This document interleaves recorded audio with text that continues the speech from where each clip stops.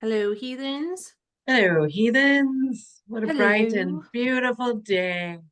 It is Night. snowing today here in Michigan, and we are not mad about it. Only because I don't have to drive in it too. So, Yeah, that's true. I don't have to leave the house today, and I it's also just like, in Michigan, we have a lot of cloudy days. We do get gray. I don't think we're as gray as other places. People don't realize we're not as gray as other places until they go somewhere else it's more gray, but the snow just mhm. makes the gray look so pretty. It's funny. I had that exact same thought about how we don't know what we've got, so then we complain about it. Mm-hmm. And because I was talking to somebody from Venezuela, Yeah. and we were talking about presidents, and I was like, she's like, yeah, but, and I was like, oh, and I had to like look it up just to see what she was talking about. I was like, wow, that's awesome. I'm like, it just put it the perspective, right? It was so amazing. Yeah, it's crazy because I've had clients that have traveled to other places that are more gray than us, and they're like, God, we have it pretty good. And I'm like, yeah, we do. We really do. Michigan's Yeah, beautiful, man. yeah, yeah, because it's Okay. all perspective, right? Like if you're in California and it's sunny all the time, clearly we're totally gray. Yeah, and then if you go to like North or South Dakota, where it's mostly just farm, flat lands, and there's not a lot of greenery, trees, lakes, none of it, and then the winters are harsh as hell there. Yeah, yeah. And then you come here and you're like, wow, you guys got it fucking good. And people are like, what? No, we don't. Blah, blah, blah. And it's like, no, we really do. We really do. It's stunning. Stunning. Stunning Stunning. masterpiece. It's a masterpiece. Cassie, what are we learning today? Okay. So today we're going to talk about starting our spiritual journey and finding our paths. Nicole and I felt like that we wanted to do this episode to help give you guys a guide on where to start and when looking for your path or starting your spiritual journey. Because likely or not, you're going to probably end up touching or, hearing about esotericism. And it can be super overwhelming at first because there is a ton of different pathways, different practices through spiritual and mystical and occult knowledge. And so Mhm. we both felt like we needed to give you guys like a little like starting guide because I wish we would have had a starting guide and to just have somebody, hey, just start here and then see, Yeah, as you go, keep this stuff in mind. right. But you know, that's not how it actually happens. It's really like you fall into an esoteric shop because it's all pretty, and then you're like, Yeah. 3 years later, you're having an existential crisis because you're changing your entire being. Or you have a friend that changes your whole life and you go through a lot to try to keep up because you're like, holy shit, I'm scared, but I'm here. I showed up. I showed up. I showed up. So, really quick, I want to talk about what esoteric spirituality is because I feel like if you start getting into like any spiritual form, you're going to hear about esotericism and all of that. But esoteric spirituality is a form of spirituality that's focused on the inner self and the exploration of the mysteries of life. Pretty simple. It's a path that seeks to uncover hidden truths that lie beneath the surface of our everyday experience. So I feel like, again, you'll hear that plenty of times when you start going down the spiritual path of like knowledge and trying to find like it said you're trying to find out what the mysteries of life are and like why things happen the way they happen, and that's essentially what you're doing. That's esoteric spirituality, which I feel is like where we fall very heavily. But we're capable of creating deep, meaningful, mystical, and fulfilling lives, you guys. There's just so much more to life than the traditional 9 to 5 or shallowness of relationships and loneliness, and we're capable of finding our true calling in personal destiny. And it seems overwhelming at first, and it very much can be, but that's why we wanted to also give you, like, a little guide on, like, how to, like, help yourself, because it is fucking overwhelming, and there's a lot of different paths you could go down, and there's a lot of different, and it's so exciting at first that you want to go Yeah. down all those paths, but it's a Hmm. lot.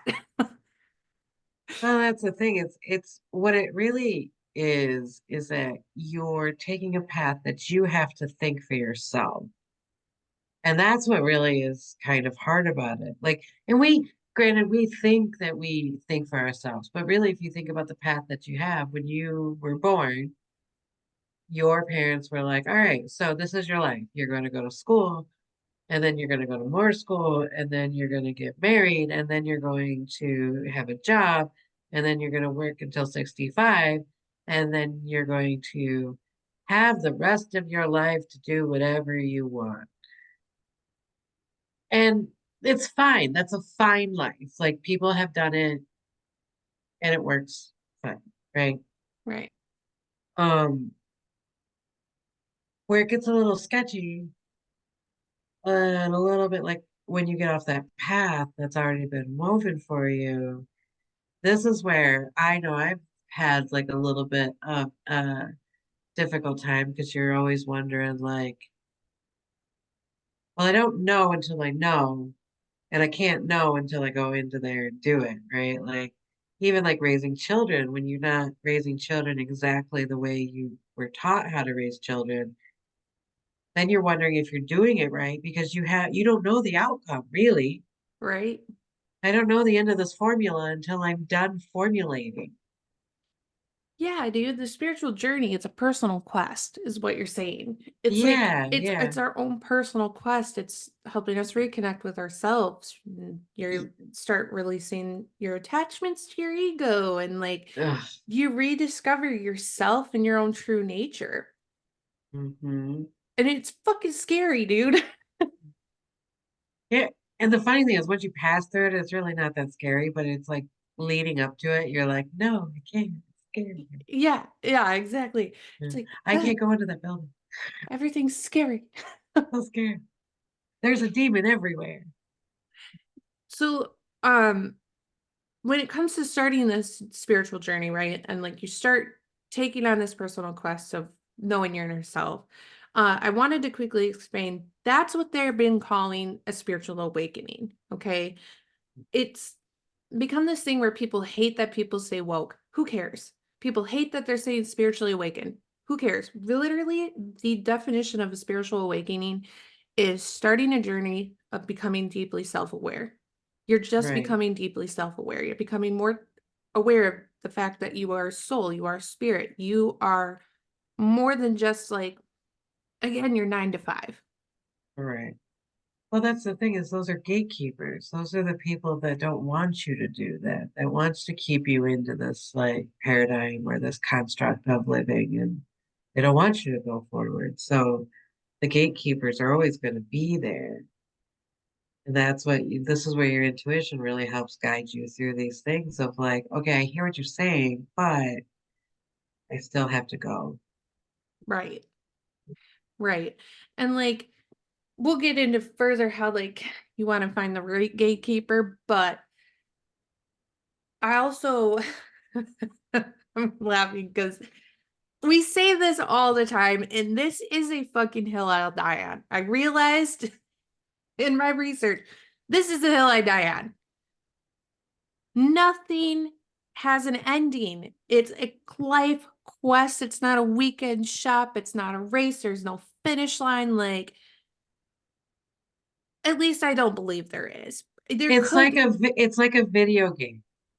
You get yes. one level, you complete it, you beat the boss, and then you level up. And then you go through that level and you beat the boss, and then you level up. There's no top. Yeah, and who knows? Maybe there is one that's more like you become more like God, right? So you're kind of like let's say Buddha, Jesus, our ascended masters is what they call them. That could be the end goal. But we don't know that that is the end goal. That could be just again another level up, and there's a new boss after that. Oh, right, right. And to get there is no small feat. Well, maybe that's what each universe is their own, like, you know how there's so many universes in this in space, Yep. that maybe that's as above, so below. That's how many universes there are. Maybe you get your own universe. I don't know. Who knows? Queen of the universe. I'm fine. None of us really know. At least not here right now, meaning you and me. Yeah, right. We don't know. It's all theory. This is all theory. You're right.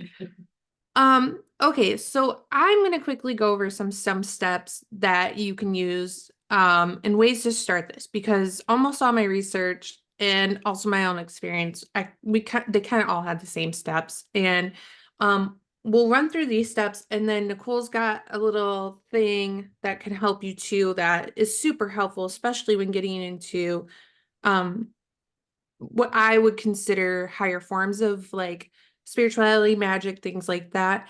And then we'll go into something more fun. But Yes. the first step that I want to talk about, because I think that this would have helped me a lot too. And this is kind of why we're doing this in season two, because season one was all about self-exploration and self-reflection and, doing a little soul searching and doing some healing, right? And I think that's the first step we have to take is self-reflection.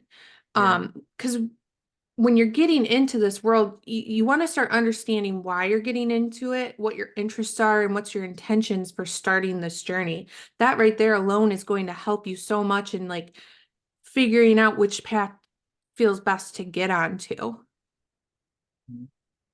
So journaling is going to be hugely helpful in this situation. I know we talk about it a lot, but just pouring your thoughts and feelings out on a piece of paper and then being able to question it and bringing all of that together can provide a lot of clarity, as well as, of course, meditation can as well. Meditation is, and I know everybody says this, and I know that I, for one, am a person that if you tell me what to do without telling me why it's there, I'm never going to do it. That's Yep. just how I work, right? So I'm going to tell you that meditation helps you reprogram your brain. And you need to get out of your head of what you think meditation looks like and research different ways of doing it because you could be already doing it. Like for me, I realize that I'm meditating like when I'm driving because all these stuff come in, right? And Mm-hmm. then like I'm obviously not closing my eyes and driving because I'm not that good yet, but but I know I get downloads. I know I get thought patterns downloads. Showers a good thing too. I always get downloads in showers and like opening that like realm up. Um it also puts you in the knowledge of what thoughts you're having. So now you're becoming of like, oh, I didn't realize that I called myself stupid all the time. Right, And now you're aware of that. So it becomes because really this stuff is like just running on its own. Like you didn't tell it what to do. So it's just doing. right. Also, quick side note, we did do a full episode on meditation last year. It came out on September 28th of last year. So also look up that episode because we went really deep into meditation and talked about like all Mhm. the different forms and how it's not so hard to manage as it has been Yeah. um talked about, I guess. The And propaganda. start with journaling and because these are two things that I struggle with. Um, start little because it's like if you're preparing for a marathon. You're not going to start off running 20 some miles your first day. Right. So start little. Write down a sentence. Meditate for 5 minutes. The fact that you even thought about doing it, you stopped everything that you did and you did it, that's it. That's all you need to do. That's Yeah. accomplishment. And I think Absolutely. that'll help. Um, okay, so these next steps are just steps that we want to talk about because you can honestly choose where to go for this, but I feel like again, this is like a guide. So, first one, seeking out a spiritual teacher or a mentor. This is going to be somebody that who can help you guide you on your spiritual journey. Because we used to have shamans, we used to have elders back in ancient times when, there was more rituals and things that we did every day to be able to move on throughout the day. Now, we call them mentors, we call them spiritual teachers. I think seeking out one of them that can provide wisdom and guidance when you're feeling lost or confused can be super helpful. Even just to ask questions to and be like, hey, is this normal? Is this what I should be feeling? Do you feel like, you know, anything like that? Because I still do that too, Yeah, yeah. as does This is Nicole. the validation is, when you're, like I said, and I know I've said this before, it's like walking on thin ice and you're not quite sure if it's stable enough. So you're always like, is this good? Yeah. What about, is this good? Keep in mind, though, we've talked about this a lot, but since we're talking about, where to start, keep in mind that you don't want somebody who's going to baby bird you, okay?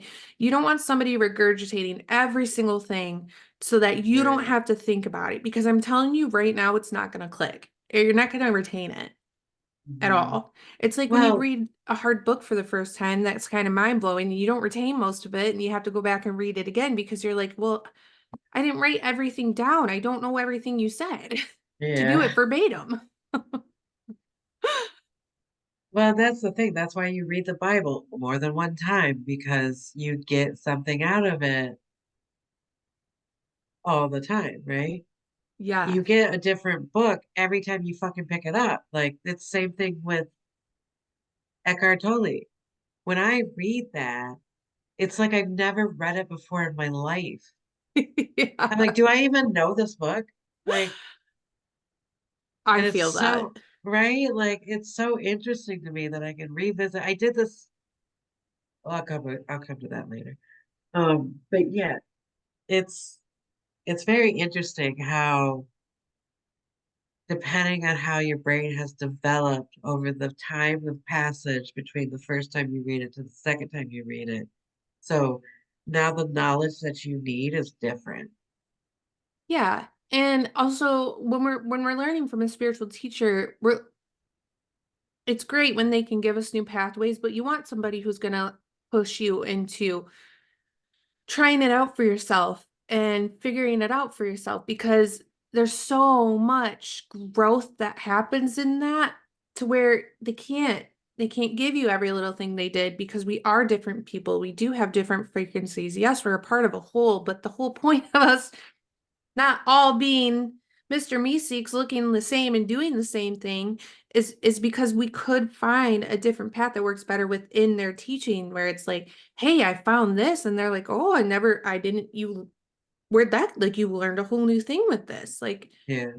it's all about growth and expansion. Mhm. Um, okay, my next one is exploring different belief systems and practices. Because we all know there's many different religions and spiritual traditions in the world, and it's important to explore them and find which one feels right for you. But with that being said, it's also important to find a focus. And this reason it's important is to find a specific area at a time to study is because when you focus on one practice, it allows you to delve deep into the subject.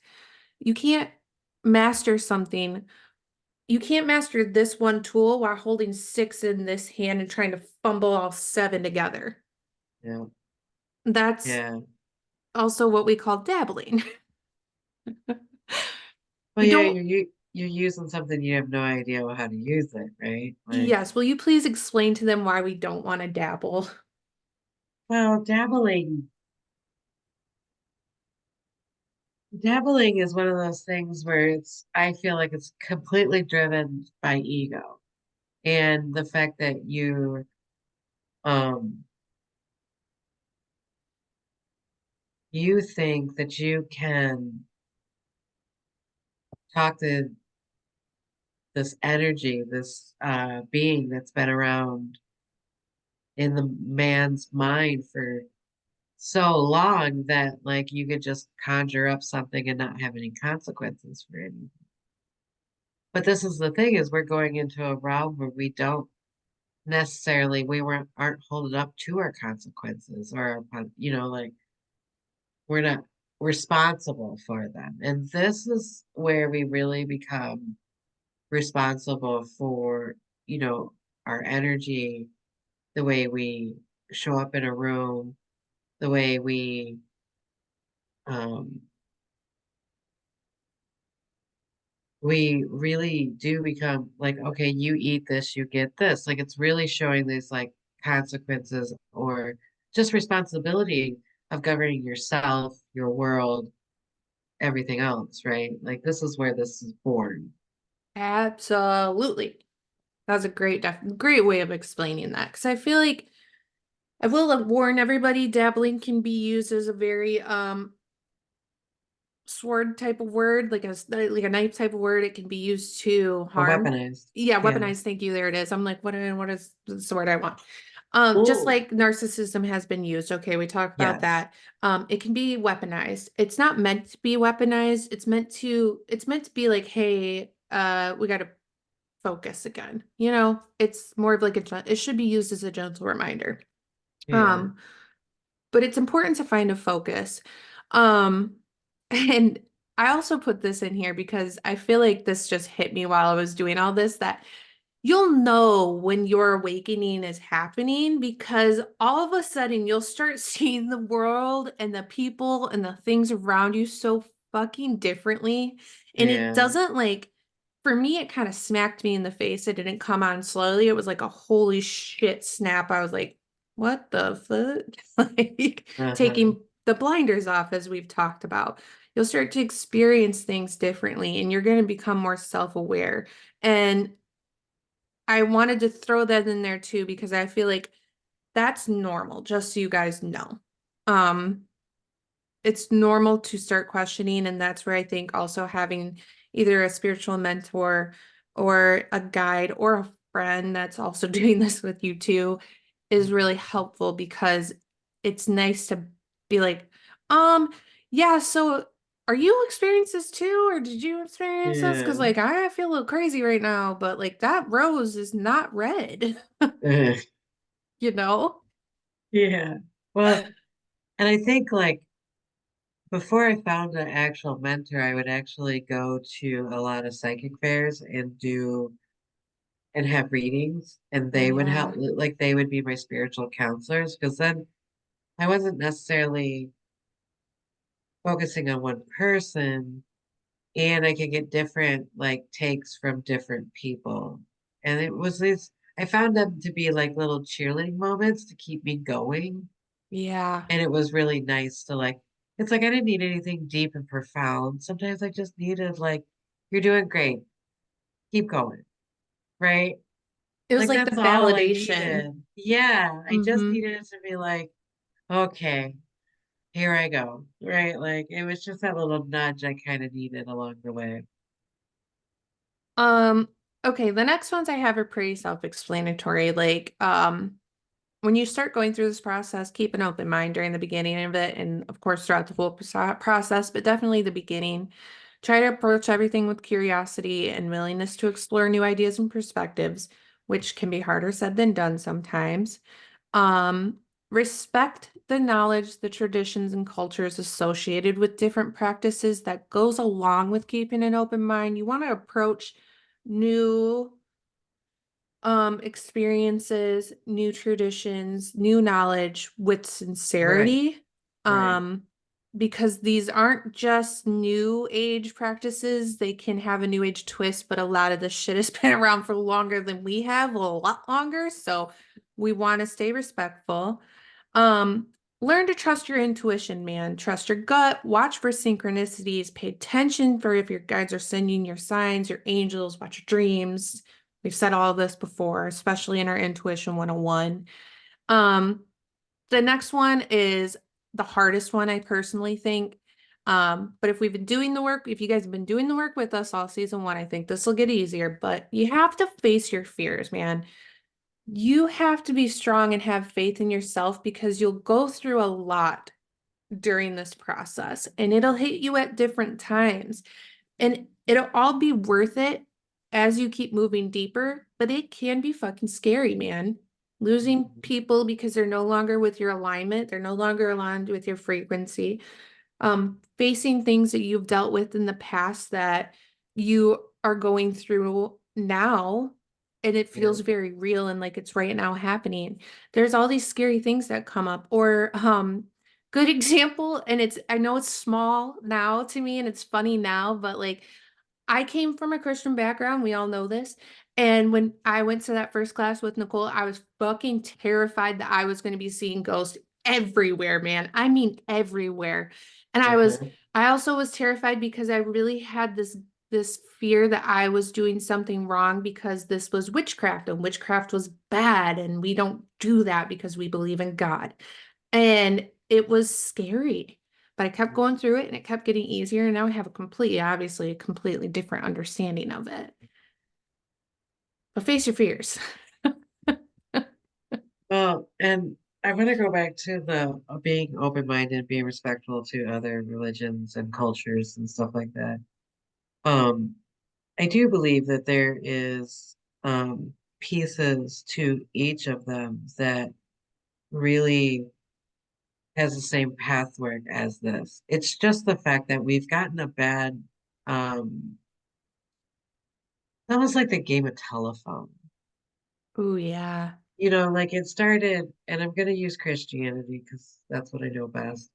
But it started with like, you know, the stories of Christ were told, right? But then the more it got like passed on by word of mouth, by word of mouth, by word of mouth, it's like almost shifted in a weird way where it's not what today's Christianity is not what's coming from the Bible, is really what I want to say. Like it's not translated correctly, in my opinion. Um, so this is why with your new eyes, with your new ears, with your new brain, you go into these like scriptures and you look at them again from a new perspective. There was a moment that I had just turned 40 and I was like, I'm going to figure out what Jesus is. As a 40-year-old woman, as Nicole, as like nobody telling me what to do kind of thing. That was a big moment in my life when I was like, no, stop telling me what to do. Like I would say it out loud all the time. And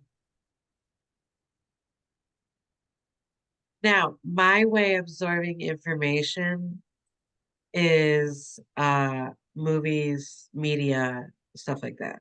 This is my downing rod. This is my like um the way I just get different stuff when I'm reading it. So I picked Netflix and I brought up Jesus and the first thing that I just watched it. And I knew I was on the right path because there was an actress in that I had just watched a different like show and she came over and was like, okay, so I know I'm in the right place because there's my nugget. Yeah. And watching it, I really realized that like we've got it all wrong. Well, one of the things I was like, why was Jesus so bad? And then I was like, we've got it all wrong. Like we don't teach it. I don't know. So that's it. Yeah, I agree. I feel like you have to respect there's this thing that comes behind like different religions, right? Regardless of where you come from, you've grown up having all these rules and stuff and like all these things that then are in your head and it's programming. And it's hard to Mhm. recognize it as that at first, right? Because like I actually just watched something today about an atheist woman who had a near-death experience and now has a completely different system. Wow. And I feel like Christianity for me was also one of those where it was I had this bad taste in my mouth. I had all these rules and Yeah. all these things that just made me like feel like less of a person, right? Um, and it wasn't Christianity's fault per se. Right, It right, was the person teaching it to me. right. Well, even if we go back to the fact of when I started Eastern, like I took an art history class. Wasn't necessarily religious. When I took that class, it was the art that spoke to me. It wasn't Yeah, anything else. It was the art. Like I don't care about Catholicism or Catholic or whatever that's called, that stuff. Catholicism. I was Catholicism. Yeah, I was trying to put Christianity and Catholicism in together. Yeah. My mouth doesn't work. Um, when I saw those paintings of angels and stories that were being told, like that's what really spoke to me. I love the churches. I love the robes and the incense and the candles, clearly. That's what really drew me to it. Now, what keeps me out of it is the Yeah. And it doesn't go without saying that in every single religion, every single occult, not cult, occult, and all occult. these different groups, there can be extremists, man. There There's is. extremists in all of them. Yeah, That yeah, their one way is the right way. Those people kind of kill it for some other people.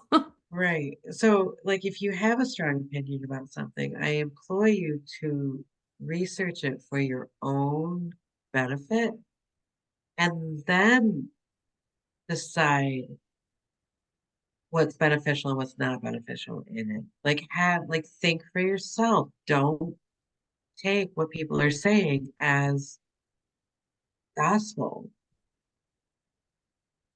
And this leads me into our next point too of knowing when it's time to cut your losses. Okay. We only have so much energy to give. And what can be hard is when we start giving that energy to other people and we're not focused on our path and we're not staying dedicated to our path. We have to use our life force wisely. And it's hard to change your path once you've already been down one. And all of a sudden you're realizing that this is no longer serving you and your knowledge anymore or your growth. And you have to change your path again. It's hard. But you have to know when to cut your losses. You have to know when you're like, all right, I can't lose anymore. I'm not learning anything anymore. I need something else. And you have to be Yeah, willing and strong enough to move on to the next thing to then give your dedication back to the universe in that way. yeah. Stalemates happen. Well, end of journeys happen, End of journeys happen. That's a beautiful way of saying that. right? Like, you have to, like, in any journey, in any adventure, they have an ending because you got a new beginning. That's when you completed the level. How many times have you and I talked to each other like, the fuck is wrong with my life right now? This is happening, this is happening, this is happening. And I remember wholeheartedly you looking over and going, you ended a cycle. And I was like, "Fuck." Fuck. Oh, Oh, okay. So like that's what happens. And it's supposed to. It's supposed to end. It's supposed to like die out and be regenerated. fuck yeah. New level, new devil, dude. You can't stay in the same level forever. Because then guess what? You're going to get bored. You're going to get complacent. You're not going So to be fulfilled anymore. you get rot, Yeah, like you just get rot. Like you can't grow anymore. Like you just gotta go. right.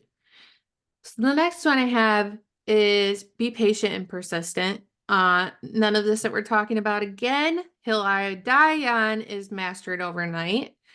You have to embrace the learning process and be patient with yourself because consistent practice and dedication will lead to a deeper understanding and connection with yourself and the practice itself. Um, Without that, you're not going to get far.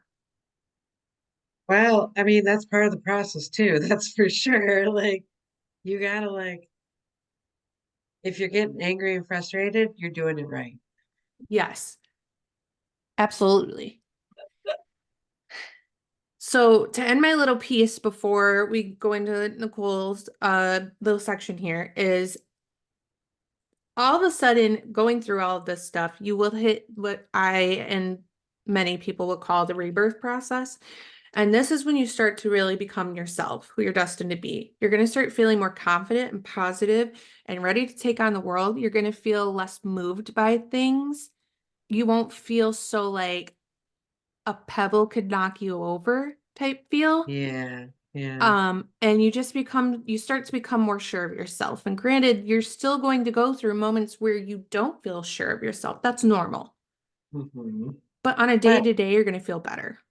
but what I found is in those moments of insecurity that I have, I now have the tool to be like, no, this is put in my path because I'm supposed to succeed at this. Yep. Like if I one of the gals that I was doing hair for, cute gal, University of Michigan, um, Greek mythology major. Oh, loved my heart. She taught me because she had scried or talked to Aphrodite and she talked to Dionysus, and if she should go to me for her hair. So then she told me all this, right? So as I'm doing her hair, I get kind of nervous, like, am I good enough? Am I going to do it right? It's a lot of pressure, right? But then I remembered that Dionysus and Aphrodite already gave their approval. So of course I'm going to do well because the gods have spoke, Right. right? Right. So that's where all this is leading. Is the fact that even though you're going to walk into that dark cave, you know that you have everything you need without a doubt to get through it. That's Absolutely. it. Yeah. Absolutely. Please lead us into our next session, dear Nicole. Okay. So this will give us a little bit of structure to pathworking, path working. Um, this is called the Hermetic Tree of Life. So this is taking a little bit of mystic Judaism and esoteric and planetary work.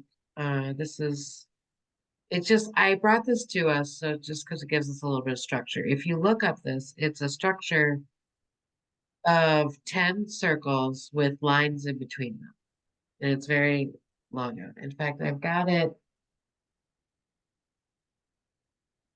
I don't know if this will work. We're gonna find. That's what it looks like. For you, those of you that listen and cannot see, you're gonna have to look it up. But Absolutely. for those that you can see, welcome to her witch's room. Yes, that is me drawing on the walls. I need Because to she's an absorb the energy adult. because I'm an adult. Um, So, what these represents is aspects of our own self, and you can use these in many, many levels of energetic work. The first one, if we're starting from the ground up, is earth, is creation itself, is matter. So, this is where we have all fell from spirit to be at. So, this is our dense reality. We go up to that into the dreaming, into the etheric, astral realm, and this is the moon. This is represented by, they call it Yasad. Earth, they call Malkuth. This is, they're called the foundation, where Malkuth is called the kingdom. We move up and then we split off into two. Now, I want to tell you as I go forward, this is literally scratching the surface. There is whole books written on this. So it takes many forms, meaning, but this gives us something to kind of like a bone structure to kind of like manifest or even like it's hard to get your mind to wrap around something that is so non-forming, and this is why we need forms. This is why we needed a God to look at, right? Because we don't understand, we don't know how to grip, we don't know how to like, Oh, especially towards the beginning. yeah. It's hard to believe So, in something or see something when you can't literally see it in the 3D. well, yeah, because like think about it. If I told you to worship God and that's all I gave you, what would you do? Well, do I have an understanding of God before you say No, that? Well, then no, I'd probably think God was the sun. yeah, which you're pretty much right. I'd Well, it's the probably look at sun. this big glowing thing in the up. It's the sun, right? Yeah. There's a why it's spelled Sunson, sun. Because that's anyway. We'll get to that part. We'll get to that I part. was like, I know that's not yet. So when we're doing this, this is what we're looking at right here. hmm So you said we just went to this is so if you what will help you with this if you know your planets because this all goes together is that if you think about what the moon represents, it kind of goes along with the same thing what Yesod represents. So this is how we start to work on each part of us. So if you wanted to work on more of your intuition and your magical powers, Yesod is where you're going to want to like focus or meditate on. So Yesod splits into two. So we go from 10, 9. Forgot where I was going. 8. I think that's 8. No, 7. That's where, okay. So then we go to 8, which is mental, which is most of what the world is all mental. All the universe is mental. This will help you with your understanding. This is where you start to um, control your thoughts. This level is also where the ego lives, is like with your mind. And when we get to Netzach, that is more emotional. This sphere, these two spheres is where your ego lives, mental and emotional. Um, Had is called splendor. Um, so if we think about this, this is also ruled by the god of Mercury. So if we know those other aspects, this really helps us put together what the world of Had looks like and feels like. Then we go over to Netzach, which is victory and ruled by Venus. This is your emotional body. So these are where we start to navigate the waters of emotion and really like hone in on how to control our emotions a little bit better, um, to get the right tools that we need for that. And then we go into Tipura, which is 6. And this is the heart. This is what's ruled the sun. So this is what they call like the Christ conscious too, is where we kind of it shines out. We know about resurrection and about sacrifice. That's where this stuff kind of comes from, this energy. This is also called about beauty. There's so much to them that I'm also going to be like, and also this is your higher self. So if we started out in Malkuth, where we're so dense, this is where our higher self kind of lives. This is why it's so nice to have this kind of model because I can tell you, like, oh, that's where your higher self is. Like, Yeah. that's where he homes. So then we've got what I've always kind of interesting to me is once we go up to the 2, we have 5 and 4. So as we know with tarot cards, 5 is hard. It's change. It's cutting off things we don't like. It's a war within ourselves, which is from this is governed by Mars. It's called Gibera. This is your soul will. This is wrath. This is war. Um, we need this to destroy the stuff that's keeping us from growing. So cutting off those things that aren't serving us anymore. Gebra really helps us um, change and transform. Um,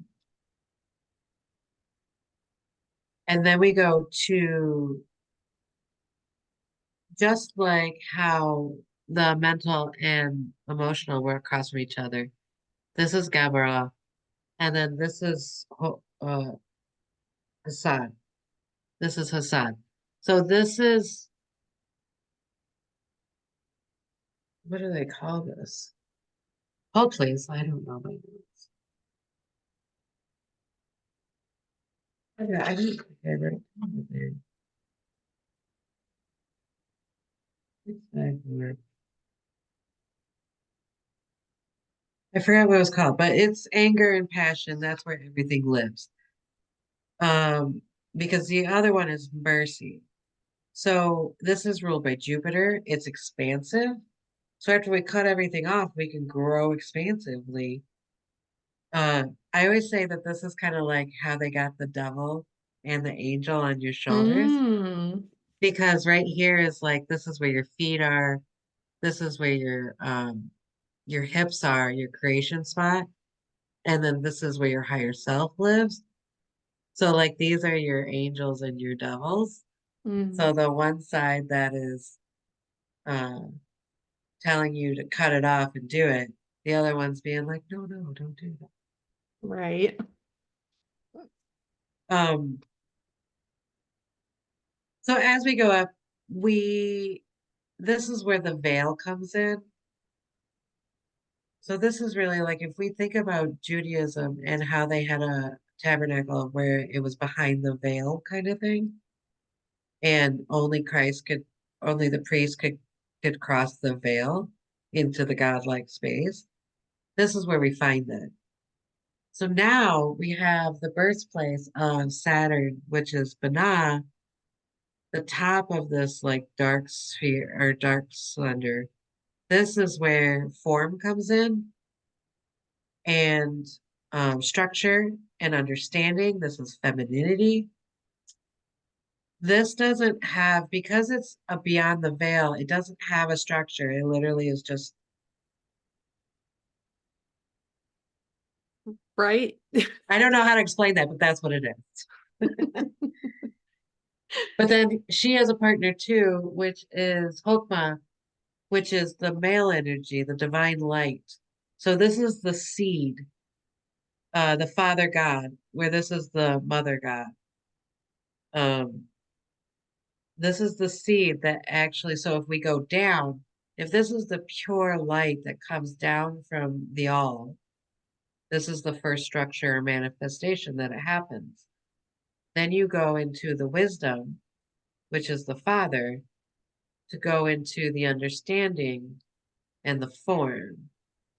So this is how you would manifest something into your life, even is using these structures and these aspects to do so. If you really study this and really like go into it, it can be used as a map for anything in your life. So it's because there's pathways to go through there. There's a lightning strike that goes down. There's a serpent that goes up. You can do it up and down. We also know that the tarot card comes from here. So the more you understand this, the more you understand the tarot cards. The tarot cards go right into each number because it goes 1 from 10. Um, blah, blah, blah, blah, blah. Oh, the top one we didn't even talk about. It was the crown. It's Kether. This is where the light of the all comes in from the first manifestation. And it's so esoteric that like this stuff is hard to actually talk about. Right. It, Um, it's hard to talk about, but I also think, like you said, it's that form alone is such a good starting point for people to study because it's huge in the Kabbalah. It's big in ritual magic. It's big in quite a few different traditions. And understanding that one thing, it actually brings so much more knowledge than you would think. It's not just looking at the map and saying, oh, like, you know how Nicole made the manifestation sound so easy. Oh, you just bring it down through this and then you can manifest. She made that sound easy because she studied this for literally what, 2, 3 years now? Yeah, but still, I baby. and she still doesn't understand. Like you heard her, she was like, yeah, I don't know how to explain that, but that's what this is. So You're right, right. if you start with something like that, I mean, that right there, if you know that, ritual magic and ceremonial magic and the Kabbalah and the Golden Dawn, things like that, those are things you really would like to step into.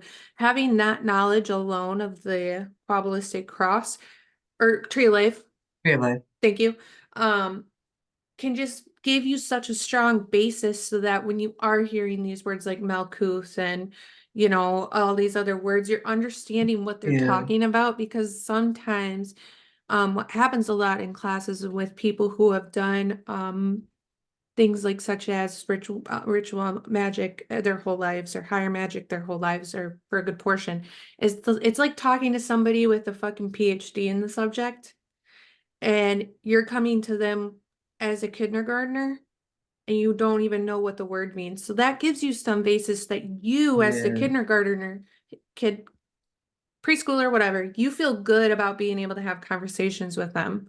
yeah. It's funny because like I know people like this that I can't even talk to, that I don't have the knowledge base yet to even be on the same level as them. So when I do talk to them, I'm like, hey, pretty. Yeah. Like, look, it's pretty. That Yup. do you like my picture? Like literally. Like, and I'm like, I know that, which helps me. I know now that it takes time. I know it takes dedication. I know that um not every day is going to be 100. I know that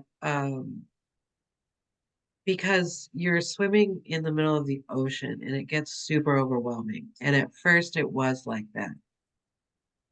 The nice thing is my universe really put me through those tarot card classes. Like I took tarot card classes, astrology classes.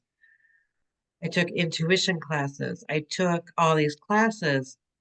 And what I could see in my head, all these different avenues, almost like they were paths that were all forming at the same time, were almost coming to a point, which I now know was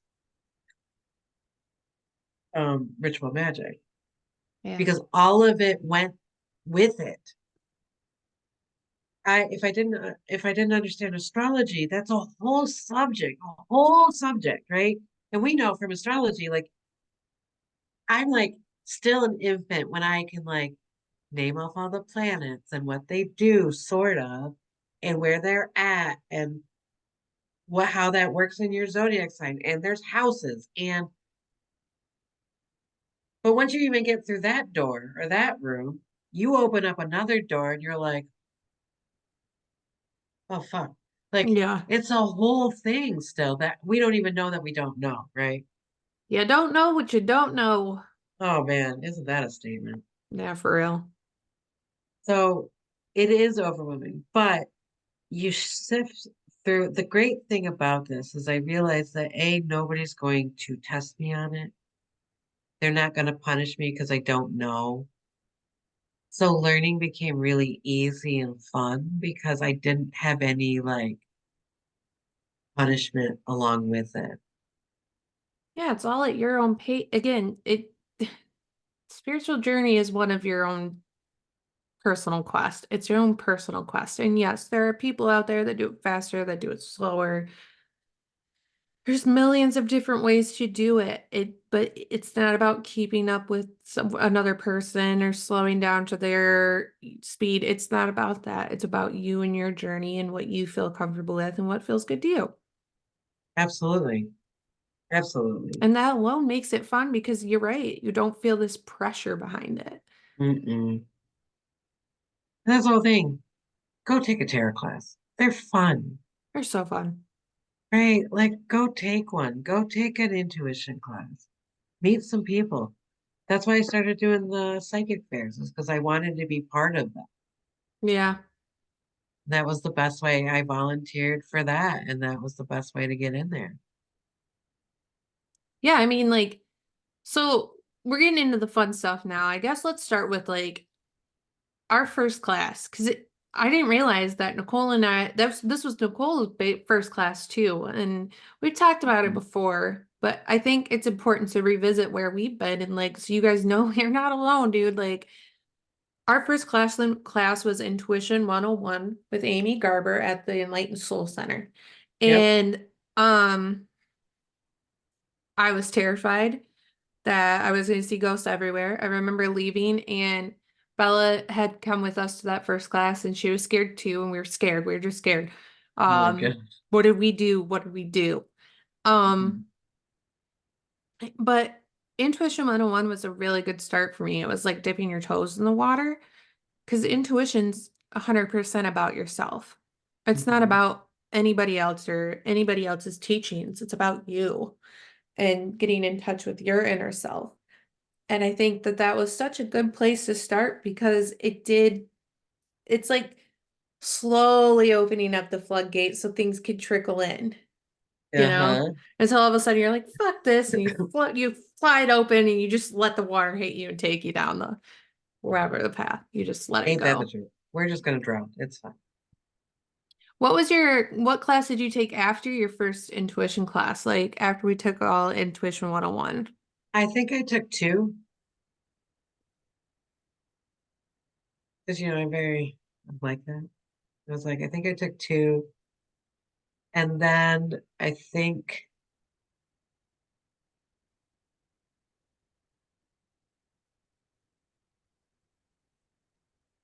I was doing mediumship classes too for a minute. But see, I have like, especially back then, like almost like stage fright or like so like if Dissociation? I don't know if it might be dissociation, but it's more like I don't want to be wrong and I don't want to be made fun of. And if I'm trying to do something in front of people, that's really scary for me. Like Yeah, you, I can read very easily because I'm comfortable, I'm safe with you, right? right. Other people, I don't know if I'm safe with them, right? So Yeah. that's where I couldn't necessarily get what I needed through those because I feel like I'm guessing and I'm supposed to guess right. Yeah.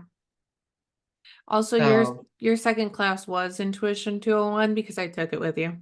oh, that's That good. I can't remember if it was the first class or the first class.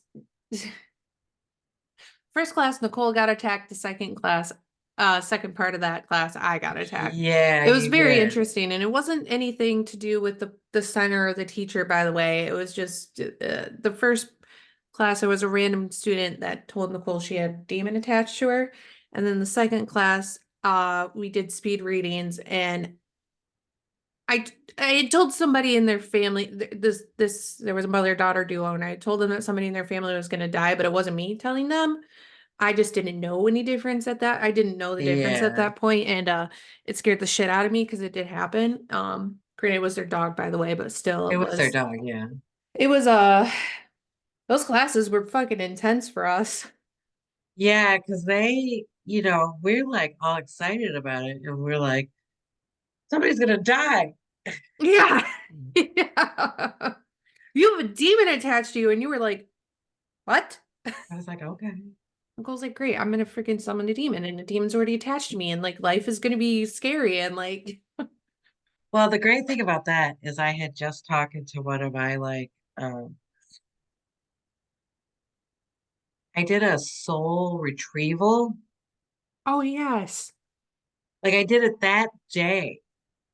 yep, So I knew if I did have like a demon attached to me or something attached to me, she would have saw it, felt it, heard it, because amateur hour over here is not going to trump her, right? But of course, just to make sure, I had to text her and be like, hey, just to make sure. do I have a demon attached to me? I don't have a demon attached to me, right? Like I don't want to be that person either to be like, you're crazy. And you're like, no, I'm not. I'm not crazy. And then you're crazy, right? Like, But then like you actually are crazy. but So then you actually are. So I just what do wanted to you make, cover my cover it. so next I think we should talk about psychic fairs because I had never been one before going to one with you and it was really cool. Like really cool. I love Um, jacket fairs. They're fun.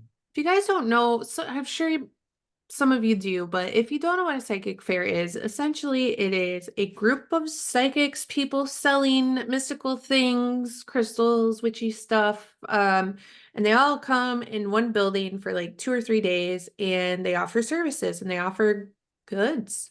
They're merchants. It's a merchant Mhm. place. What are those called? Can't remember, but you can get tarot readings. There are people that do all different kinds of readings. I remember speaking of, this is actually reminding me of what you said in our last episode about how like people would read for other people for you. And I got this reading done by this person. I thought it was so cool because they almost used like runes that they would scatter, but it was crystals and it was on a map of the zodiacs and stuff. And he read off of it and nothing made sense for me. Nothing. But I didn't tell him that because especially in the beginning, there was a fear of hurting somebody's feelings or making them feel like they're Yeah. not doing a good job. So I was just like, yeah, that makes sense. And I didn't want to, I was lying because I didn't want to hurt their feelings to where now I'd be Yeah. like, I don't know, man, I'll keep that in mind, but I don't think that's about me. I'd see it in a nice way. Um, Hmm. but then I'd probably become aware that he's reading somebody's energy off of me and then I'd be keeping notes to tell them like, Yeah. oh, Yeah. tell me more. But psychic fairs, you can get a lot done. They have Reiki and energy workers. I mean, Yeah. the one that really got me was my first psychic fair. You were working it. And who was with me? Was it Bella? I think so. Or somebody was with me. And we came and we went into a room reading because I find mediumship fascinating, Oh yeah. especially the good ones. Ooh, it's so fascinating. And this really rocked me because my aunt passed away probably 4 or 5 years ago. Longer than that. Yeah, like I think 4 or 5 years ago. And what a room reading is a psychic or medium has souls that are reaching out to people in the crowd. And they start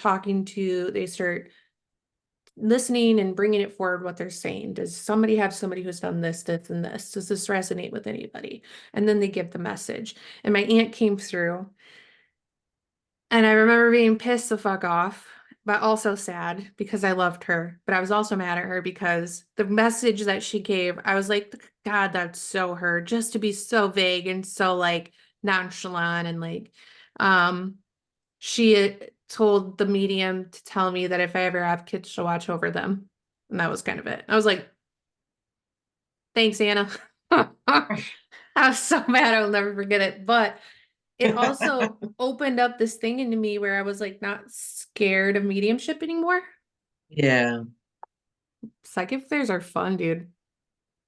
Well, that's the whole thing is like if you're scared or but you want a reading, go get a bunch. Like, get a bunch because what I found is I had a comfortable, like, I used to go in and like, I need the brochure Yeah. and I need to like think about like, would this be a good one for me? I don't know. And then I would read this one and I would do all this research, right? What I found is that fucking shit is big. Don't do it. Go up to the booth wherever they're doing the sign up and go, who's open right now? Or who's the next available? Yeah. Guess what? That's who you need to see. I I got one of the best tarot readings I've ever gotten from a woman who was also Hungarian. And it was just because I was like, is anybody available right now? And they were like, yeah, this lady. And I looked and she didn't really have a lot of signups. Best reading I've ever gotten. Yeah. Yep. It was great. And that's the thing is like we put all this like, oh, if I don't control every aspect of this, it's not going to turn out right. really, the more I control stuff, the more it doesn't turn out. So true. You're Hmm. going against the flow, man. Yeah, because I'm trying to like, I don't know, Swim upstream for what? why Get out of salmon. not a salmon? If I swim upstream, I'm gonna die anyway. That's not a good idea. True that. That's what salmons do. Um, what was your first witchy purchase, Nicole? Oh God. I think I was secretly an athame, I do believe was my first like purchase. I love that. I'm also not surprised. Yeah, my first one was the Psychic Tarot Oracle deck. Um, I bought that back in 2016 or 2017, I believe. And that was my tried and true trusty dusty tarot Yeah. deck, man. Man, you did great readings on that. Thank you. I have it and I have moved away from using tarot decks as use more intuition now than I do tarot decks, but I still love that fucking deck. That deck was the bomb. Yep. The fucking bomb.com. It was easy for me to read. I really resonated with those cards. And also really quick, I want to say I do think that you can buy your own cards for yourself. Oh, Um, absolutely. just so you're aware. No, these are this is when I say gatekeepers, this is what I mean by gatekeepers. Um, People that try to keep you out Mm-hmm. of it. So like gatekeepers would say, "Oh, you can only be mystically given or you can't read it." And then Yep. I was like, what, what if there's too many what ifs? Yeah. It's like, well, who's gonna give me one if nobody in my circle is, What if I don't like it? You know what? This brings me yeah, back to the point of I was talking Nicole and I were talking about this of the first witchy thing I ever did with Nicole. First purchase truly outside of like my own just ordered it on my own, which was the tarot deck, was Nicole, Bella, and I had gone to Jackson for a crystal fair, crystal whatever you'd call it. At like crystal an show, expo expo, yeah, show. Because Nicole's like, "Ooh, they're gonna have good deals. We gotta go." And I'm freaking reading every little goddamn card I can get my hands on to find out what these crystals mean. What do I need? What do I need? And Nicole's like, "What are you doing? Stop." She's like, "What are you doing? If one you think what's pretty, just buy it. Look it up later. You'll find out why you needed it. Like, just mhm, stop. You're doing too much." And that's what I started doing with everything. If I yeah, saw a book I thought it was pretty, I bought it. If yep, I saw the tarot deck really called to me and I bought it. I didn't wait for somebody to give it to me. I didn't wait for the approval of anybody. I just bought it on my own and it ended up being one of the best tools for me yeah. in strengthening my intuition. So don't think about it too much. If you feel Oh, like it's calling to you or you feel like, oh, that's so pretty, just get it. yeah, like that's great if you had an aunt that's a witch for 12 years, for 20 years Yeah. or whatever, but not Jealousy. all of it, right? My mom's not, I mean, she doesn't study the occult. Like, she's not gonna buy me a pair, like, Yeah. so we don't have that kind of lineage to lean on, right? Also, keep this in mind because Nicole, this really hit me like a rock just now. Nicole used to say this all the time. She'd buy this, right? It's a pen. Say it was a crystal. And you'd be like, oh yeah, what is that for? And she's like, I don't know. She'd be like, I don't know who it's for, but it's for someone. Nicole used to do this all the time. Probably still does. She would pick up things, and all of a sudden, dude, the next couple days, she was the bearer of the gift because she was the vessel picking up something for somebody else. It wasn't her, and she didn't know why she was doing it. She would just do it. So, like, also keep an open mind with all this stuff, like we had talked about, because you might be buying something that you think is pretty and get it home and be like, wow, this is not for me. And then you're Yeah. like, oh, I wonder who this is for. And then sure as shit, you'll find out. One of the good examples is one of our good friends, Cody, was talking about marijuana magic. I just bought a book about marijuana magic. I don't really smoke mo weed anymore. I don't do weed anymore. Not that I think it's like a bad thing and all, but I just don't do it. And I bought this book about marijuana magic because it looked pretty. And I was like, why the fuck did I buy this? It's just going to sit on my shelves. And then all of a sudden, here he is. And I was like, I have a gift for you. It shows itself. This is not for me. This was for you. I was so excited. That's funny because I have that book. Yeah, see? Uh-huh. When things get passed around, man, they're supposed to. It's sharing is Yeah. caring. Um, yeah. What movies did you watch? Or documentaries? Planet Life, I'm just kidding. Blue Planet? Blue Planet, does that count? Um, Scooby-Doo? Scooby-Doo was my first. oh, hell yeah. I was a Scooby-Doo kid. Hell yeah. Courage the And Cowardly Dog. I was Courage the Cowardly Dog. Creepy little Nickelodeon show about a dog and his oh, monsters that were always trying to get his owners. oh God. Love that show. I'm trying to think. I'm more of a books person than I am a documentaries person, I have to say. Um, if I watch documentaries, I feel like mostly they're about serial killers. So I don't think that necessarily counts. But I'm trying to think of like movies that, I mean, honestly, it's not a documentary, but I think that movies that made me really want to go into house cleansings with you and start helping people in that way was the Conjuring series. Um, Yeah. that Well, first we read Conjuring. that book. What was that? Demonology was Oh, and by the the Warrens. Demonologist, yeah, by the Warrens. Yeah, that was really good. Woo. Yeah, the Warrens, that first Conjuring fucked me up, dude. There was a time when I was not a spooky girly. It scared the shit out of me. But as I got older and I started really liking horror films, I started realizing like I wanted to help in the way they did. Yeah. And now there has been a lot of things we've watched with Rocky or I've watched because of you, and I can't remember any of them, but I see what I would call fake demonologists, or like people that aren't going in to help other people. They're just going in to exploit the situation, and it makes me want to do better. It makes me want to help them, So, Yeah. Because there's nothing wrong. There's nothing worse than being scared to go home. yeah, yeah, I agree 100% with Ugh. that. What about you for you're a good documentary person for this.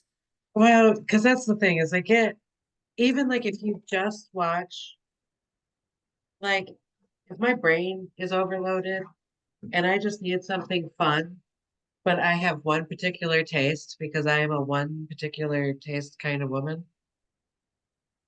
It like I watched Charmed and I watched Supernatural. Like all of these has aspects in it.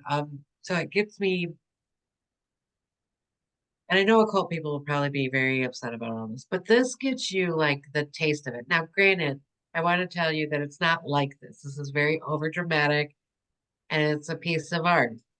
It's not the true nature of it because what I've compared to is like if you watch some of the ghost hunting shows, they're over exaggerating everything. It's over exaggerated what happened to them and very dramatic because that's what sells. That's what you watch, right?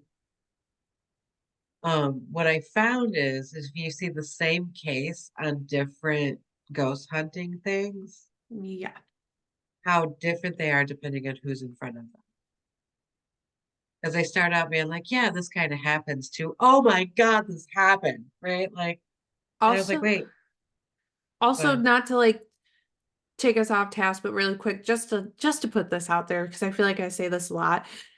You have to think about those people and what they're also doing too. If there is an entity there, what they're doing. Are you gonna get annoyed if somebody's fucking taunting you and fucking with you for like days on end nonstop? Yeah, probably. So keep that in mind too. That sometimes even if it is real, it's a fact that what the people's energy is they're carrying in with them. Because like some of these ghost hunters go in and taunt everything and anything and think that they're always gonna make it out just fucking fine because it sells. Oh yeah, they like the drama of it or whatever. And I don't know.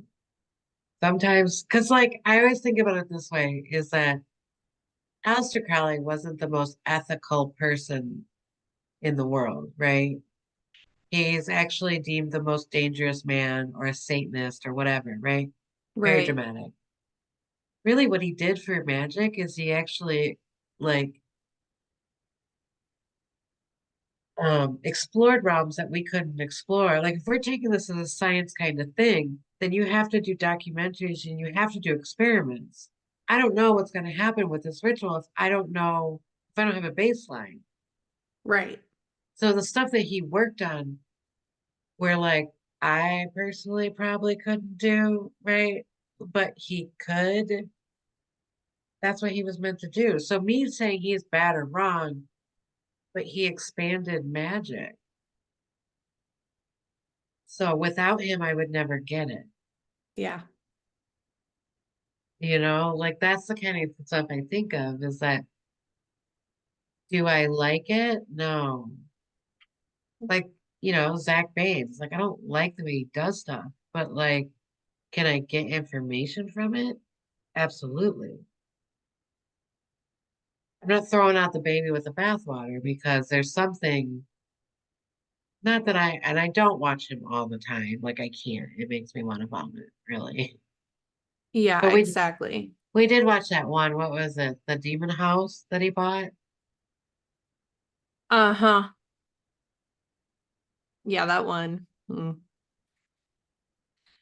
But this is what I'm saying, right? Like, I get it because I have to say it, unpopular opinion, I'm a fan of Crowley. Do I like him? No.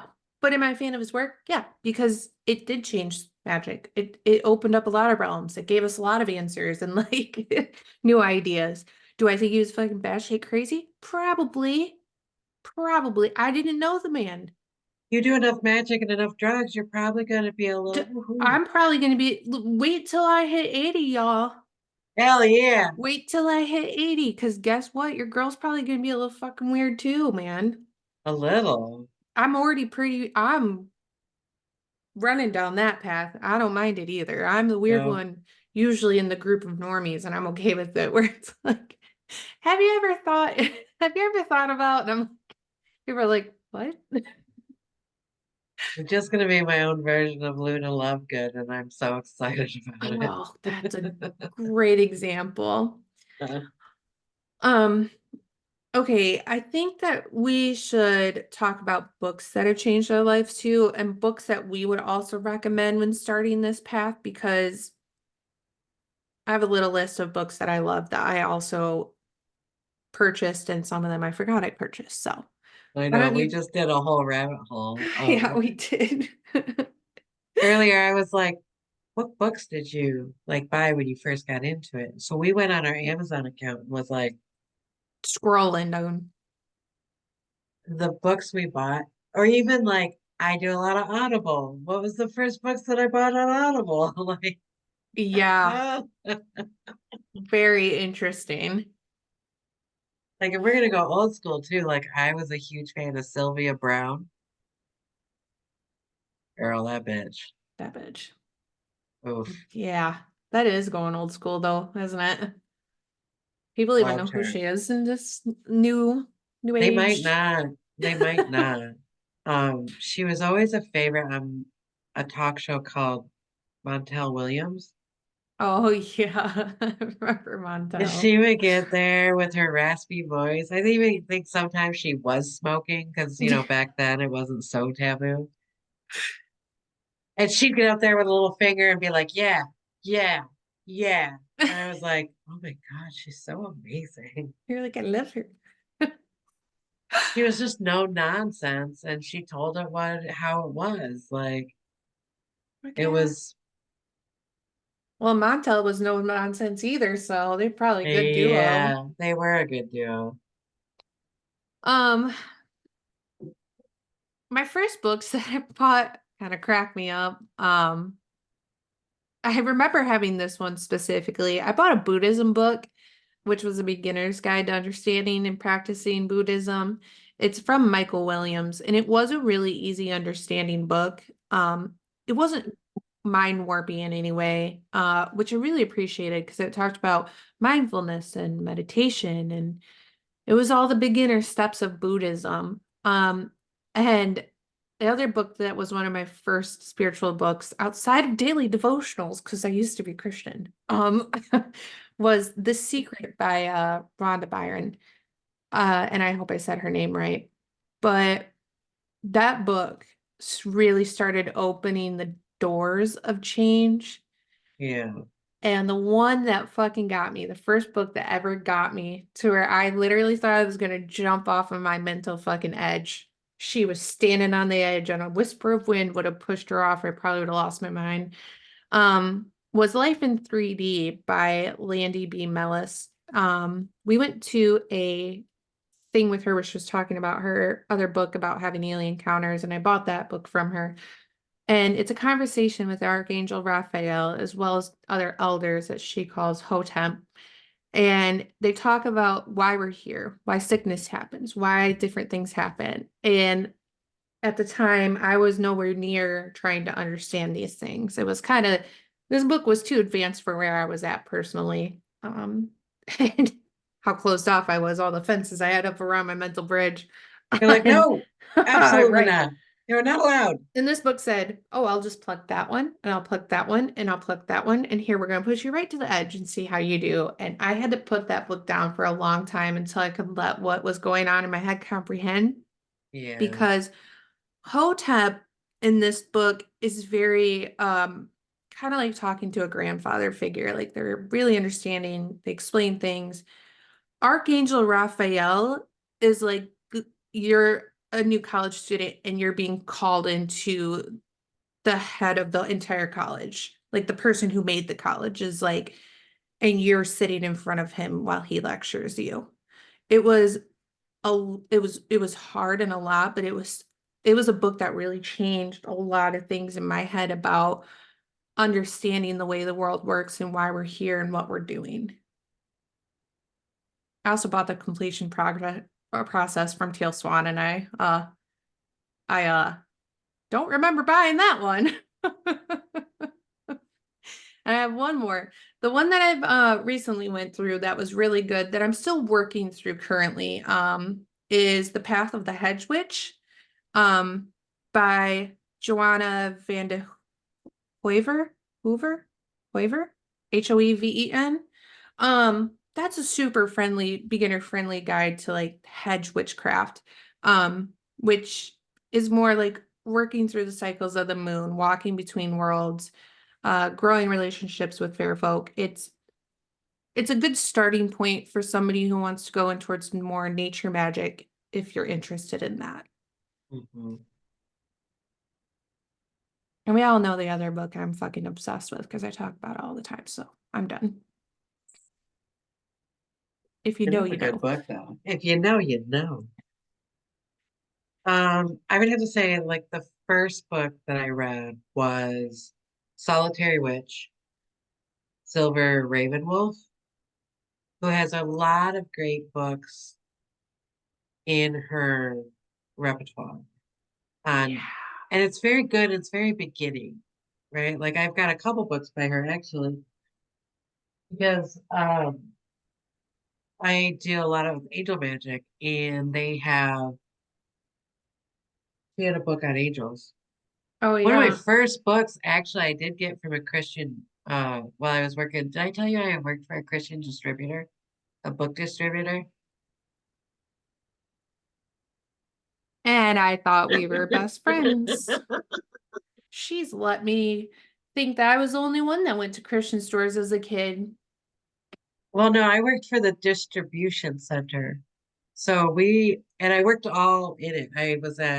I picked the books out of the warehouse. I did order entry. I did customer service. I did telemarketing. I was all fucking over this thing. Rob also worked there too, and his mom. Wow. I did not know this. How have you? We're having a conversation after this episode. You're in trouble, Missy. My first book was on angels. 'Cause I Love always that. wanted to buy something from there, but I was like, what am I going to do? I do wish I bought a Bible from there because there was a way to like make your perfect Bible so you could have like little thumb tabs and the gold leafing around the Oh, cool. edges, the leather. Like I could have made like a book, and I kind of am upset that I didn't actually do it. But um I still have that's one of the only books I still have. They always have it kind of close. Yeah, right here. It's a big knows.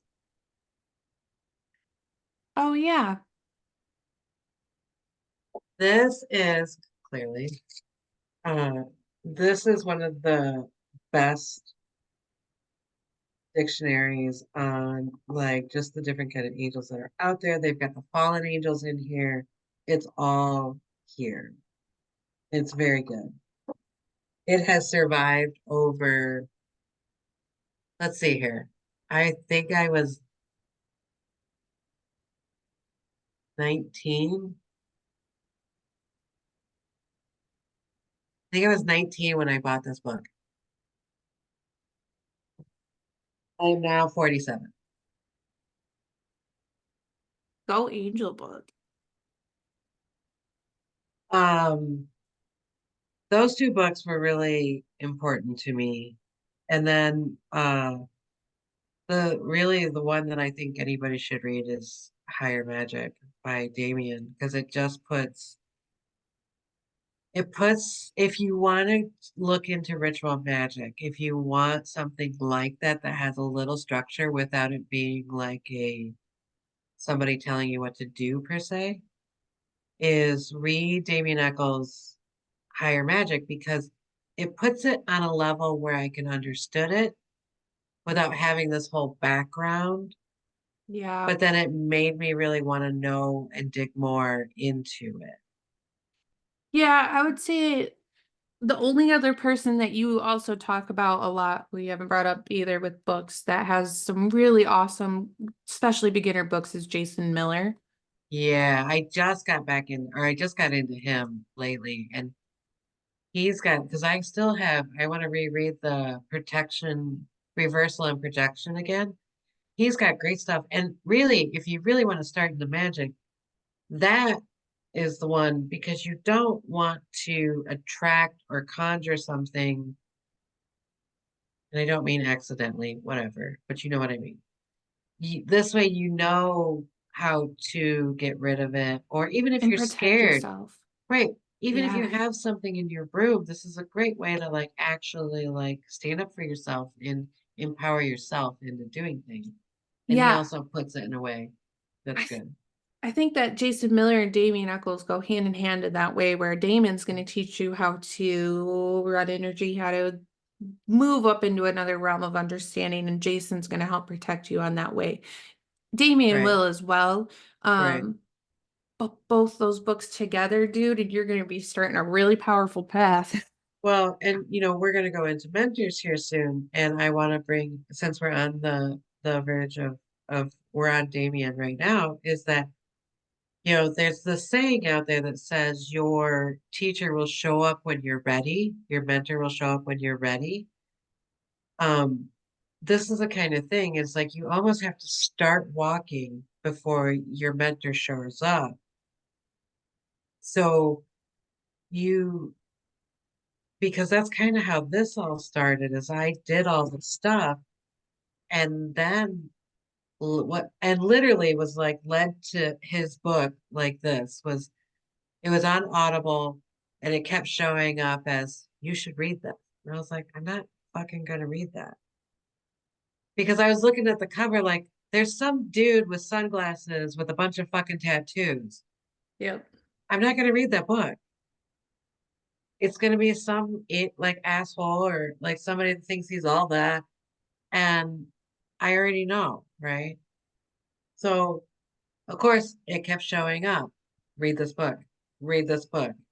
Like they just kept fine. And I remember when I was ordering it, I literally was like, I'm gonna fucking read this book and I'm gonna tell you I told you so. It's gonna be stupid. I already know. As soon as I opened the fucking book, I was like, oh my God, this is exactly what I needed. And so much so that I've never pursued anybody out of a book ever. But I went from this book to YouTube, consumed everything I could from there. I needed him as a mentor. I need him as a mentor because nobody that has spent 18 years in jail is going to fake their way through magic and this like esoteric like talk about like, oh, angels and demons and blah, blah, blah. They're not going to take, and I need somebody that's serious to lead me through something that my mind is going to say that it's not real, Yeah. right? Like I'm too logical for that. I need somebody that had put in, that actually said out loud that magic got me out of jail, off a death row. That's what I needed as a mentor, right? Mm-hmm. Because it, it makes it okay, I guess, in my mind, right? Like he's nonsensical. Like I can't debate him. I can't get around that, You can't right? rebel. Yeah, I can't rebel against that because there's no holes. Like he did the ultimate Right. sacrifice, right? Um, so really, but he showed up. So after YouTube, then we went to Patreon. Patreon never supported anybody on Patreon. In fact, I thought that was crazy. And, you know, it went from there. And here we are. So that's just how this stuff kind of works. My pen. Keep losing my pen. So excited. Throwing your hands around. Oh, Um, yeah, my first real mentor it was Rocky. hmm Rocky Shadow Bear Reigns. He showed up because a friend of Nicole's had asked if we wanted to take a broom making class, and we're like, fuck yeah, we want to take a broom making class. And I was in a personal point with my journey where I was feeling very stalemate and I wasn't really finding what I wanted to find, and Rocky showed up. And for me, Rocky was everything I needed because Rocky and I have similar experiences as well as similar talents. Um, he's been where I've been. He understands like my dreaming, different world walkings. He understood a lot of that, even down to we had similar childhood experiences about hearing our names being called, going through choosing to shut down what you're inherently gifted with, which you're worked for, whichever it is, you know, depending on lifetimes. But anyways, that's neither here nor there, nor there. Um, he understood a lot of that and has helped me to hone a lot of that, giving me direction, giving my path, more meaning, giving me more to work on and think of in the way of like, you know, sometimes when you're going down a path, you just need somebody to light the way and be like, go that way, see what you find. And Rocky has been that for me, to where I've felt really great about my own personal talents, I guess you could say. I'm not sure what, hmm or my own personal growth, that's the word I want. It's my own personal growth, and understanding of different parts of the world. And so, yeah, Rocky was my first mentor. still is my mentor, but definitely my first one that I could really like, I felt like I was learning so much, Yeah. sometimes too much. No, he's really great because the stuff that like that year that we spent with them doing the Holy tarot card yeah, dude. was so valuable. It was our own personal church Absolutely. Absolutely. It was amazing. We stuck with it for a whole year, right? every And we were Sunday, going every Sunday. It every wasn't Sunday. like, yeah, we stuck to it. I think we didn't miss any, but I think we like had personal things and one here and there. And Yeah, it was just a even the when we get together and we get to go in the back and like do a ritual with everybody, like I like that. me It's too. so nice that they hold a space for that. Yeah, and I will say that at the beginning of like our classes with him and stuff, we were doing it more because Rocky knows how to make things, and Nicole and I are craft people. We love crafting and making crafts and stuff that we can use, and it's so cool because you get Uh-huh. to be like, look at this thing that I made. But it started with that, and then it started going into bigger stuff, sayings and blessings, and it started becoming Mhm. more comfortable because then we were getting invited to ceremonies for the holidays, pagan holidays, and then we were getting asked to participate in them. And I remember, as Nicole has said, I am the same as her. I do not like be put on display. I don't like having the attention on me. I could talk to a small group and be in a group and talk to Mhm. people, but even then sometimes like if I stumble or I all of a sudden am unsure of what I'm saying, I get nervous and I'm like, Sweat. everybody please stop looking at me. Stop looking at me. Stop looking at me. So like we would script out what we were going to say so that we didn't feel so stressed about it. And then it just got easier the more that we were with these people, or the more that we were doing it, and the deeper we were diving into just earth magic alone and like understanding the tarot, all these different things. It just got so much better, you know? Yeah. Well, that's the thing is I think with this path, like the people will show up whether you think they are or not, right? It's the right book, the right crystal is always anything that you're doing, as long as you're moving forward, is the right thing to do. Which, Nicole, I would ask of you if you could talk about the value of a mentor that you felt like wasn't so great to you, or like didn't, Oh yeah, yeah. like a not so great mentor to for you personally. There's value there, Um, right? I've had a lot of what do we kind of call them? Hard learning lesson mentors. Yeah. But what I found is that it was my own toxicity that was being mirrored in front of me so I could do something about it, right? Like I showed up, I was like, oh, this is perfect. This is exactly what I'm supposed to be. He's right here. And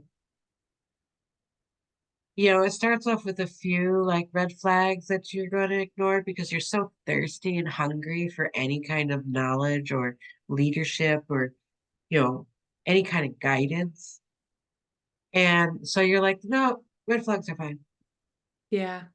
right? And sometimes I wish that I had red flags on me so I could like start throwing them. So at the end you Like a could see the referee. pile. Yeah, flag on the floor, red flag. Or even just so you could like mentally get a picture of like if I tell you he's got red flags, that doesn't mean anything because there's no structure to it. But if I show you them on the floor, then you can see how many red flags he's got, right? Right. But this made me strong enough to like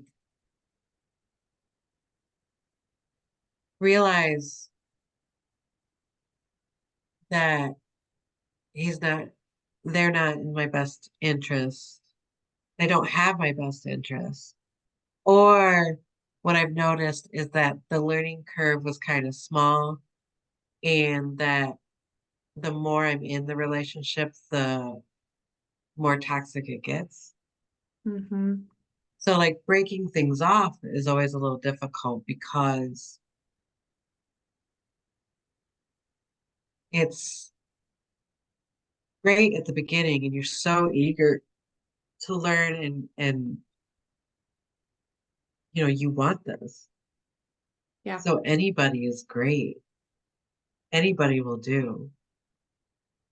But you learn stuff from them too. That's the thing is like the relationship itself could be toxic. You could not enjoy the way you're being treated or your energy is being handled or the energy you're receiving from them, but there's always learning. Like a great example is this is not a mentor, but Nicole and I, we talked about this. We took this class from this person who was breaking curses, and it was not a healthy environment for either of us. We were very uncomfy. We did everything we could to protect ourselves energetically, and I think we did a fucking Yeah. fine ass job at it. Yeah. But even though I was unbelievably uncomfortable, and at first I was like, we need to get the fuck out of here. Like, we are not supposed to be in this room. We were supposed to be in that room because we learned a lot about this one, the teaching style, two, what was being taught, three, who was receiving the teaching and what they were doing with that energy. And Yeah. it was super informative, and it took us quite a while to realize how much we did learn in that class about, Yeah. different kinds of spells and things like that. But it's crazy because in the moment we say this a lot too. In the moment, you're not going to see why you're there. You're not going to know why things are happening. You just have to trust that they're happening for your best benefit. Yeah. Well, everything that you experience is happening for your best benefit, right? The people that I've brought in my life that weren't the best for me taught me how to have boundaries, Hmm. how I want to be treated instead of just being like, it's fine, Yeah. whatever you need. Yep. Because I am a people pleaser and I have to be careful about that because all I want to do in my nature is please you. But that's not necessarily healthy for me if it's the wrong person or if I Right. don't have any boundaries over that. Because even pleasing people has a worth to Yeah. Absolutely. I think the last thing we should talk about before we end this mighty long podcast, this it. mighty long episode, is events that changed our lives that made us want to go down this path. And I'd say I was always a kid that questioned things. Always, I got in trouble for it all the time because in the churches I went to, you do not question God. You do not question why God Right, did the things that God did. right. You just learn not to question. But I always questioned still, and I got in trouble for it all the freaking time. Um, it took a big breakup in my life that really altered my path where I was like, holy shit, like this is not who I am. This is not who I want to be. And then this fucking fiery ass, red ass haired woman with tattoos fucking everywhere. Sass, man, sass and strength and just like, ugh, everything I wanted to be and everything I was not at the time. I wanted to be, I'm gonna cry. Because you were everything I wanted to be. You did not give a fuck about anybody and what you in the way of like their opinions about you. And you might have Yeah, deep down, but you wore that shit with like grace, man. You were yourself. You were tattooed, fiery red hair, and you just walked around with confidence and you didn't put up shit with anybody. And I really liked that. And I was like, but also there was a side of you that was just so caring and so wise. And you altered the course of my life because you were the reason I got into the metaphysics and the spiritual world. And I had the strength to get out of the toxic path I was on. Um, and you were the event. You were the event that I'm changed a my whole life. event. You were a whole event. Because also, I don't know, I mean this in the most gentle and kind way. You were not an easy person to get to know because you're scary in first. You were intimidating as fuck. I was scared, but I was bound and fucking determined to be your friend. And look at us now. No, I am not if you first meet me, I am not an easy person to like get in with. No. because I'm just not She was when at it the date. comes when it comes down to if you're not worth putting up the fight, Yep, then what the fuck are you going to be in my life for? Because exactly. I give everything. Exactly. And you were like that from the minute I met you. You're more like that now in a more refined way, right? Because you've learned Correct. more about yourself. But yeah, at first it was like wine and dine, baby. You better wine and dine me because I ain't giving you energy until that. I was like, I will do it. I am up for the task. The mountain, yes. Yes, I will hike it. I will come bearing gifts on my back. Yes, bring me gifts. I definitely open up more when you give me Yeah. gifts. Oh, it was worth it. You're worth it. It was Thanks. you changed my life, man. You gave me the strength to get through this because also it was hard for me getting through the trauma that I had just gone through in a relationship that very much reminded me of the path my one of my parental figures had walked down. And especially getting into a new open form where had to wear blinders my whole life, and they were ones that were strapped onto me and like soldered into my freaking skin. It was like you were like, Yeah. we're gonna remove that. You don't need those. Well, because I remember like you were like, hey, I think it was your extensions, right? I was taking your extensions out, or Oh was yeah, I that was cutting my your hair? no, it was that was my way in was getting you to take my extensions out. I knew I strategically did that. it. I was like, yeah, yeah, come on over. And you started talking about your fiance.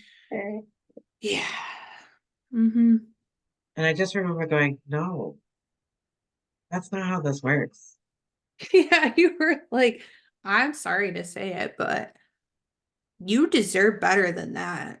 I I was was like, like, no, fuck, that's not how. she not gonna like me now?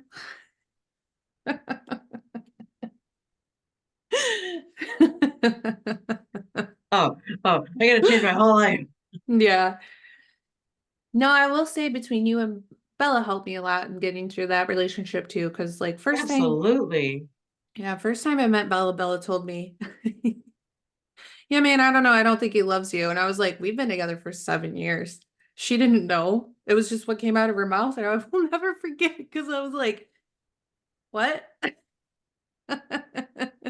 And you're over here like, that's not how it should be, dude. But then it just started a spark, and what it was that first class.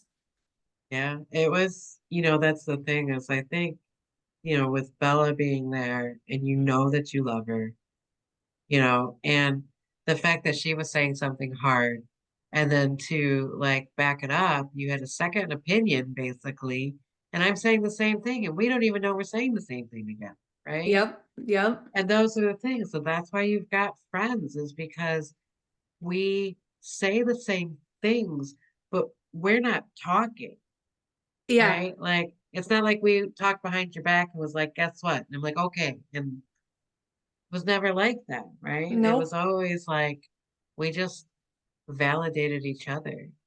Yeah. It was big life altering things, and it was good for me. That was what I'd say was the biggest thing in my life that changed me to get down into this path was that whole thing, breaking up, meeting you guys, especially you asking to go to that class, and that one question sparked this whole fucking thing.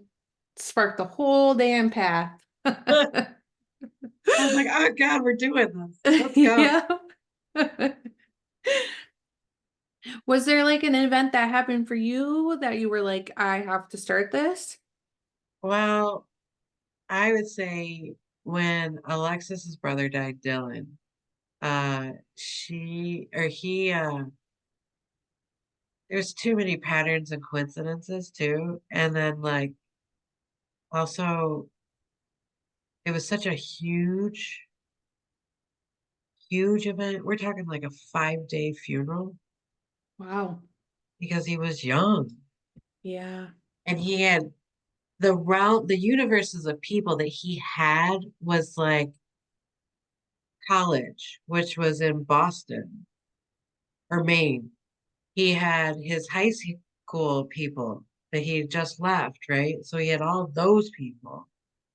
And then he had everybody in his like life Yeah. and just the random bits that fill in from those two, like university, high school, all that stuff, right? Right. I remember because I spoke at that funeral and and was honored to do so. Was very honored. And but I remember it being they had everything open up because there was so many, it was standing room only. There were people out in the waiting area. Like they had the doors open, like there was just people everywhere. And I thought it was kind of funny because, well, no, I won't say that because it probably isn't proper. So, um, but I remember getting up there when we were talking about like public speaking and how scary it is. I was like, well, if I fail and cry, those are completely normal to do. So Yeah. that really what got me up there to do everything is because I already knew, well, I can't mess this up really. But I also realized that I was supposed to be there because this was the one thing of when Alexis called me, I dropped everything. I was with the family the whole time. And even to the point, like I found myself where they'd actually like planned the funeral. And I was like, I remember like stuff coming out and I'm like, oh my God, I shouldn't be. But I was there. And it was one of those things that it really, I just had all these questions like, why? Why did he die and I live? Not that it was all about me, but like, it's the only In question I your world, got. it was. Yeah, like, why? Why did he only get 25 years? Right. Why? And 13 was everywhere. 13 was like, he was born on the 13th, he died on the 13th. Every time you turned around, you saw the number 13, all of it. He guided my life through that the whole time. Like he was at every psychic affair I was there at. He was, he was there the whole time. And that's really what like pushed me. That was my threshold, my edge. He pushed me over it. And it was a transformative moment. Yeah. Death in one form or another, man. She'll get Oh, you. I have it. I have his name right there. Yeah.